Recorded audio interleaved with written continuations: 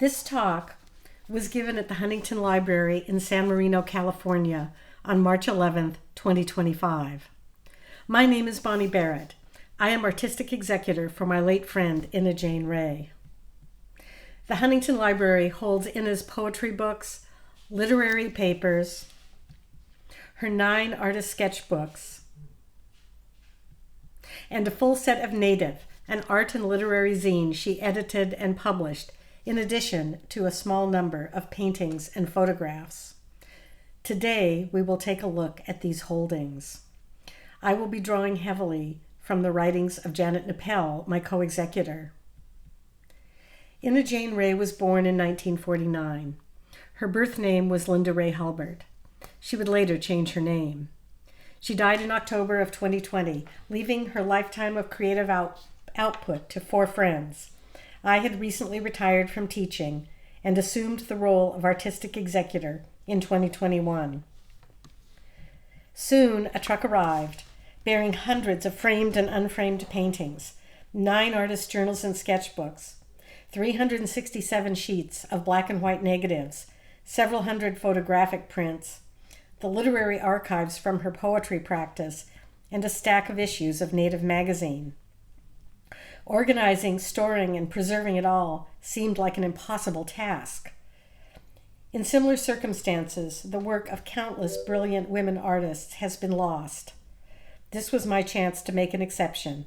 I had to try. Early support from the Huntington through Carla Nielsen and Sarah Francis has made everything that followed possible. To talk about Ina, I must talk about Immaculate Heart College, where we met and where our creative lives took shape. Linda and I met in 1970 in the art department of Immaculate Heart, part of the first co-ed class of what had been a women's college since 1905. Owned by women and directed by women, Immaculate Heart was a college like none other. The IHMs, as we called the former nuns, were unlike any other women we had ever known. They inspired us with their scholarship and fearlessness. They gave us a new vision of what we could achieve as women and as human beings. Inspired by Vatican II, the IHMs were radically transforming their own lives and the life of the college. After years of bitter conflict with church hierarchy, they had cast off their religious habits and names. In 1970, they were free to grapple with the social justice issues convulsing American society: feminism, inequality, and the Vietnam War. Although she had recently departed, I must credit Corita Kent, who was a towering and pervasive figure in the art department. Her joyous, politically charged silkscreen prints had made IHC famous. This is an example of Corita's early work. She had already invented silkscreening as a fine art medium. Unable to afford a lithography press, she appropriated the cheap, compact technology used by sign painters. She coined the term serigraphy, and a new fine art medium was born. Silkscreen prints were now a collectible art form. Archbishop Francis McIntyre unintentionally inspired Corita's later revolutionary text-based graphic style. He disliked the modern style of her early artwork and forbade her from depicting the Holy Family. Corita responded by inventing a colorful new typographically driven, pop-infused visual language based on advertising and magazine design. In 1970, Corita Kent had moved to Boston, but the art department still lived by her 10 famous rules. Rule number 4, consider everything an experiment, has been of great use to me. The most important rule, however, is rule number 7. The only rule is work. If you work, it will lead to something. It's the people who do all of the work all of the time who eventually catch on to things. The IHC admissions catalogs broadcast the college spirit loud and clear. They were nothing like the slick academic books of other colleges. Printed on newsprint with pop art-inspired graphics and abundant photos, these admissions catalogs drew an adventurous class to IHC. The catalogs were in the tradition of the fundraiser irregular bulletins that Sister Corita and art students had produced in the 1950s and 60s. Professional typesetting was expensive, so they combined typewriter text with ransom note magazine cutouts, rubber stamps, and hand lettering, all assembled with a devil-may-care spirit that violated every established rule of publication design and production. The art department was housed in the former Immaculate Heart Convent. This is one of Ina's earliest photographs. It conveys the magical place-out-of-time atmosphere of the art department courtyards. Linda's childhood had been spent in a suburban ranch house in Upland, San Bernardino County, which had once been a major producer of citrus fruits. The scent of orange blossom was familiar to her, and also the rumble of bulldozers. She had a lifelong love of orange crate labels, which portrayed her childhood's vanishing Southern California. In high school, Linda ditched class to spend days in the library. She wrote poetry and read voraciously. She enrolled at Immaculate Heart as an art major and focused on art studio classes for her first 2.5 years. In fall 1973, she took an independent study in creative writing and would go on to complete an English minor. Writing, and especially writing poetry, was taken very seriously at Immaculate Heart. The English faculty were working authors. Fallon Evans was a novelist. Gerald Huckabee was a poet who collaborated with Corita. Martha Lifson is now known for her poetry as Martha Ronk. Two up-and-coming poets, Eloise Klein-Healy and Holly Prado, both were also associated with the Women's Building, where Linda would show her photographs. The Huntington holds the archives of Klein-Healy, who was LA's first poet laureate. Linda graduated in 1976. In this period, she focused on photography and poetry. She got a job at the Los Angeles Times as a copy messenger. She was meeting with a working group of women photographers loosely affiliated with the Women's Building, where in 1975 she showed 6 photographic prints in a group show. The steady income from the LA Times job gave her the resources to publish an art and literary zine she titled Native. Native was the first time in print for most of the contributors, many of whom went on to work in the creative and literary economy. The first issue of Native, published in an edition of 100, was simple. In the Corita tradition, the cover was silk-screened. The text was typed on a manual typewriter. The hand-sewn Japanese stab binding was assembled at a memorable binding party, attended by the newly published authors and artists. This would be the first of many festive binding parties. Native number 1 includes the first publication of early versions of 3 poems of Linda's poetry cycle, A Book of Hours, Meditations on Growing Up in Southern California, which would later be renamed and published as California Hours. Native number 2 was more ambitious. The cover was produced with a combination of silkscreen, stencil, and spray paint with a dash of acrylic. The table of contents was rubber stamped, reminiscent of the IHC irregular bulletins. Early versions of poems from her California poetry cycle appeared for the first time. 3 of Ina's photos were included, and a postcard was tipped in on the last page. Native number 3, published in 1979, was still typeset on a typewriter. Tipped-in color-copied illustrations were added. The first original artwork page by Steve Roulier, signed and numbered in edition of 100, was included. This is Linda's first sketchbook. It was just loose leaf on white sheets of paper. She typed her content in and pasted in ephemera from her current work on Native, or whatever else she was thinking about. Native number 4 opens with Intention, a full-page essay in which she lays out her determination to expand a literature that springs from Southern California landscape. She continued with this work throughout her life. Whatever the medium, California was her muse. In her artist sketchbook, she writes, "Literature begins in the land. We who were born here do not feel the absence of white Christmas in the Malibu hills. We do not expect the jacaranda branches to snap with icicles in February." Native number 5 includes a reminder to resubscribe for the year's 2 issues. Consistent with her editorial interest in the Pacific Rim, issue 5 features a Godzilla-themed cover and an article by Susan Olivier on the nuclear mythology of Japanese monsters. Here's another couple of pages of the loose leaf sketchbook where Linda was working out her ideas for the content of the issue number 5. Native 6 contains poems by Alan Kroeber, Ben Yandel, Jana Ungerman, and Cole Swenson.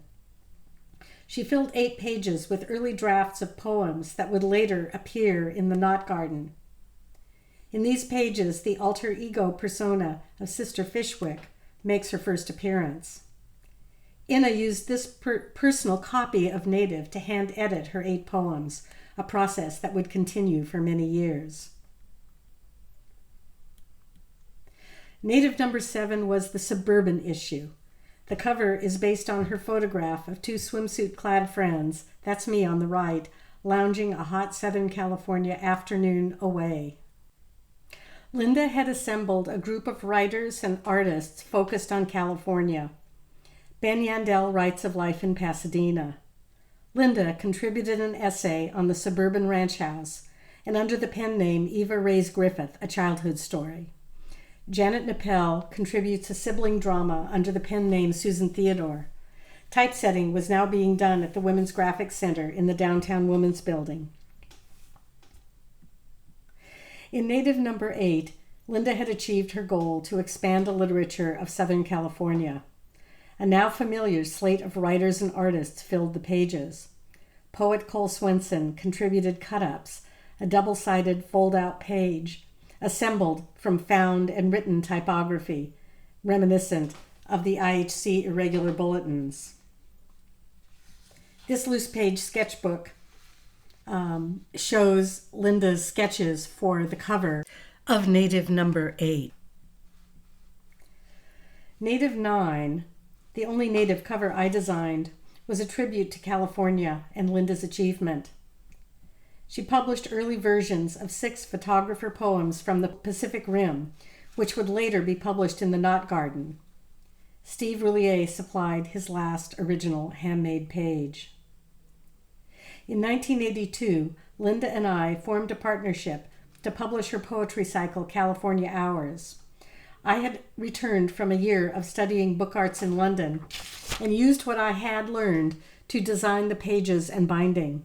We, mostly Linda, hand-bound the individual copies on a card table with simple tools, wheat paste, paintbrushes, bricks for weights.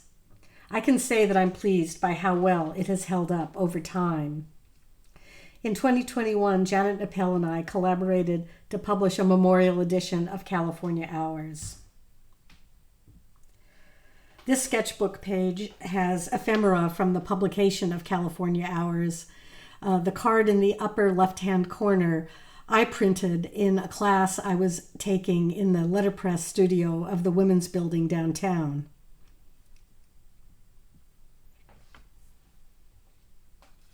Native 10, the final issue, was a fond farewell to the Native project. Linda was ready to go forward into unknown territory. In 1984, the Olympics came to town, and the world was coming to visit. She roamed Venice with her Nikon, shooting photographs of the lively scene on the boardwalk. At this time, women street photographers were rare. Venice was welcoming to all Angelenos.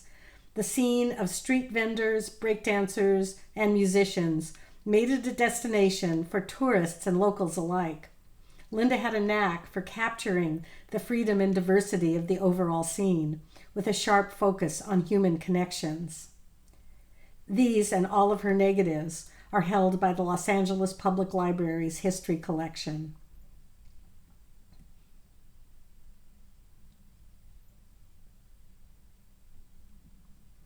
Linda's first bound sketchbook from 1984 through 88 was a soft-sided Japanese book. She filled its pages with writings and a few watercolors. She was struggling to find her medium, considering painting, poetry, photography, multimedia, drawing, and etching, weighing the pros and cons of each. In 1986, struggling with depression, she mentions a yearning for a small dwelling with land around her to paint and mentions the Owen Valley, noting, "I need an income." It would be decades before an early retirement and Social Security made her dream possible. She was reading Pacific Island mythology, looking for female images and archetypes to replace Greco-Roman stories. In her Pacific Rim poems, she adopted the image of Hanuele, the magical coconut flower maiden who was dismembered in Indonesian creation mythology. This was a time of searching, questioning, and even despair. She writes, "I miss the sense of union I had with loved things. Environments like Alta Loma, IHC, my early feelings of photographing walls, landscapes in LA, my sense of passion for weeds in the concrete. I don't feel this now with anything or anyone. The sense of love, preciousness, union was what gave me the energy to work, the inspiration and discipline for art." Her last roll of photographs are all of forests and trees. She was developing an imagery blending trees, forests, and female bodies. In the midst of this time of questioning and struggle, she sold her Nikon. Linda was going through a psychotherapy experience which would result in an almost 10-year break with her family and friends. In the late 1980s, she moved north to Marin County, eventually making her way to El Cerrito in the East Bay. As in Los Angeles, she worked in print shops and graphic design jobs. The break with her previous life gave her the freedom to reinvent herself. During this passage, Linda Ray Hulbert changed her name to Inna Jane Ray. This transitional period in her life is covered in sketchbook number 3 from 1995 to 1999. She sketched, took photos, and focused on poetry. In these years, Inna claimed her identity as a gay woman and attained sobriety. A deepening faith led her to the Catholic Church. Her desire to understand her faith led Inna to attain a master's degree from the Franciscan Seminary at Berkeley's Graduate Theological Union. Her thesis, The Atonement Muddle, was published as an issue of GTU's Journal of Women in Religion. She kept working on the Pacific Rim poems that she would later publish in the Knot Garden. Inna found community and taught adult classes at St. Jerome Catholic Church in El Cerrito. Good friends there saw her through health crises and supported her as she maintained her faith and theological passion, but moved away from the institutional church. Inna formed a conviction that God had made her exactly as she was, a poet and artist. A lucky reconnection with a friend from Immaculate Heart led Inna back into painting. She studied with M. Louise Stanley in Berkeley, built new skills, and began to participate in group exhibits. Inna was painting again and exhibiting at the Artists Cooperative Nexus Gallery. She was developing themes linking trees and female figures. She was experimenting with bold, bright color palettes. At the end of 2019, Inna's print shop laid her off. She carefully considered her future and took early retirement. She could now realize her dream of living as an artist. She chose the Owens Valley in the Eastern Sierra, a landscape she was familiar with from having camped there from her childhood days. She assembled 2 collections of poems, The Knot Garden and Holy Moly Poetry, and said her goodbyes. Sketchbook number 4. Opposite this image, she writes, the body on the tree, the body like a tree, the tree slump like a body, the torso, a trunk, the worm in the heart, the serpent in the tree. She would later develop this into a canvas painting titled Mother Earth. Here I'd like to mention her continuing love of sets of 3 figures, and for her it didn't matter if the figures were landforms, people, angels, tree trunks, plants.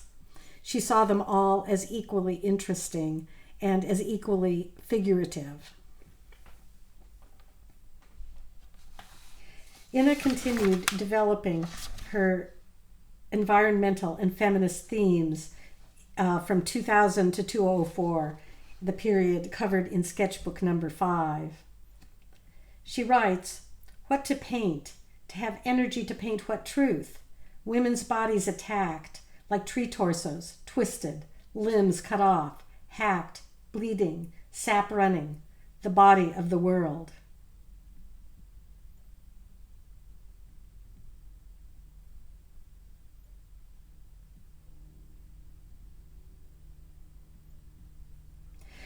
Sketchbook 6 bridges Inna's retirement and move to the Eastern Sierra. She was a pilgrim going forth into the wilderness. Now, committed to painting, she developed a workflow based on digital photography, drawing, and collage. She writes, "I came back to life in January, camped at Independence Creek for 6 weeks. It felt like the lights came back on. I cannot be an abstract painter, nor a painter of inner visions or symbols. The figure stands in nature, in trees, in landforms, bodies."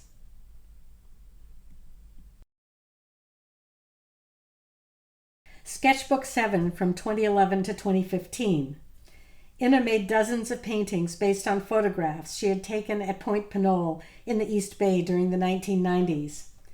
These loose working samples illustrate her working method. The first 2 are photos she had taken at Point Pinole. She worked over photo prints with paint and pencil. Here she merges 2 photos and introduces scale distortion, dropping in an image of her white trailer. In the final image, she narrows her focus to the thistles. In 2014, she would mount Sequestered Waters, her only solo exhibit at the Matarongo Museum in Ridgecrest. In the upper left, a collage from several different photographs has been worked over in her sketchbook with paint and pencil. In the lower right is the finished painting, which appeared in Sequestered Waters. Inna wrote, "I feel that while I paint things in the world, my paintings are more expressive than naturalistic. I am using tree trunks, pools, valley vistas, owls, and horses as vehicles to convey feelings that arise within myself while contemplating them. I am painting the truth of my experience as well as perception of my subject." Here are some remaining pages of the sketchbook. I particularly love the little lantern paintings. They're quite small. And she writes here that they appeared in her mind and she just had to paint them. Sketchbook number 8, 2015 to 2019. The camping life in a small trailer was becoming too difficult for Inna. She would move to Tucson in late 2015 to be near dear friends, commenting with regret that she'd be living outside of California for the first time. She drew and painted in Tucson and enjoyed the resources of the city. She received a cancer diagnosis in early 2019. Between treatments, she showed her painting at the Raíces Taller 222 Gallery. She wrote new poems and revised older ones for her final book, The Fifth Direction. The front cover features her painting of a pilgrim. On the back, an autumn photo of Gold Leaf, Rock Creek Aspen. In 2020, Inna Jane Ray died peacefully at the home of her friends. In the Huntington collection, box number 2 contains Inna's literary papers, including evolving drafts of the California Hours cycle and her many revisions of the poems that would fill her books. Also, I discovered in box number 2 an article in the LA Reader, a free weekly paper, by Steve Erickson, in which a researcher from a post-print future analyzes an issue of Native as an ancient artifact. Erickson now teaches creative writing at UC Riverside. Box number 3 holds several photographs and works on paper, including 2 of Ina's finest Eastern Sierra period paintings. The first, a year spent at leisure in the shelter of the crazy trees. She had survived wind, cold, and heat on little money. She loved her small trailer, a 1964 Santa Fe Spam can, her beloved treehouse on tires. Path to the Beehives, Point Pinole from 2013. Most of the Point Pinole paintings are permanently displayed in the Chapman University Student Writing Lab. Ina walked the desert landscape, collecting interesting items, including rusted cans, pine cones, and so on. Here she paints a group portrait of 3 of her finds. Ina Jane Ray was a born creator, blessed and cursed with many talents, for the music of words, for visual and verbal image making, for scholarship and abstract thought. She weathered solitude, survived wind, cold, and heat, living on little money. Through it all, she created. The angel of artistic vocation, unremunerative except as its own reward, solitary but for its own company, wrestled Ina repeatedly. That muse never lost her deepest loyalty.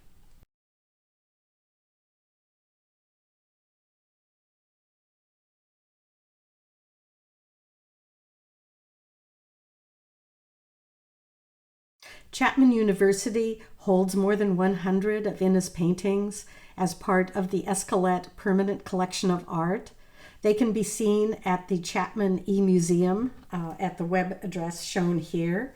And Chapman will also be mounting a student-curated exhibit of her Eastern Sierra paintings at the Hilbert Museum of California Art, opening on March 22nd, 2025.